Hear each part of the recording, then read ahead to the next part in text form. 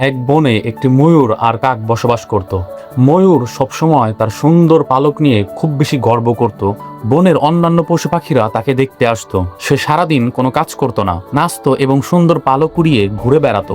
অপরদিকে কাকটি ছিল খুবই সাধারণ। সে পরিশ্রম করত, কাজ করত এবং সে যে বাসাটাতে বসবাস করত সেটাকে দিনের পর দিন উন্নত করতে থাকতো।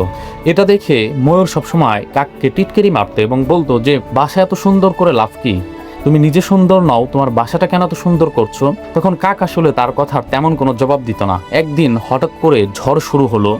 ঝড়ের ভেতরে কাক তার সেই মজবুত বাসাটার ভেতরে অবস্থান নিল। অপরদিকে ময়ূর ভাবতে থাকলো যে আমার তো কিছুই হবে না, আমি এত সুন্দর ময়ূর, ঝড় আমার কোনো ক্ষতিই করবে না। এটা ভেবে সে বাহিরেই থাকতে শুরু করলো। অতিরিক্ত ঝড়ে বাতাসে ময়ূরের পালক ছিঁড়ে গেল এবং সে তার সৌন্দর্য হারিয়ে ফেলল। ঝড় শেষ হওয়ার পরে কাক বের হওয়ার পরে তার প্রথমেই দেখা হলো ময়ূরের সাথে। তখন ময়ূর তাকে বলতে থাকলো যে তুমি আসলে ঠিক ছিলে, আমি ভুল ছিলাম। আমি যদি আমার সৌন্দর্য নিয়ে গর্ব না করে আমার বাসাটাকে মজবুত করতাম কিংবা আমি বাসায় চলে যেতাম, তাহলে আমার হয়তো আজকে এই দিনটা দেখতে হতো না।